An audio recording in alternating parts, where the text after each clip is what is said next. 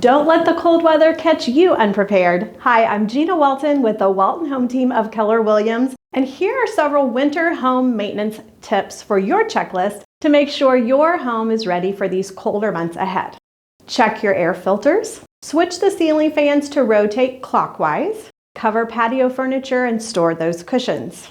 Disconnect exterior hoses from the spigot, check batteries in your smoke detectors, check your emergency supplies, add insulation around windows and doors if there is a draft. Have your furnace cleaned and serviced. Have your chimney cleaned and inspected. And check expiration dates for your fire extinguishers. Now this checklist will help you prepare your home for winter, including tasks like checking your heating system, sealing cracks and gaps in your homes, and more. By preparing your home for the winter now, you can avoid costly damage and repairs later on.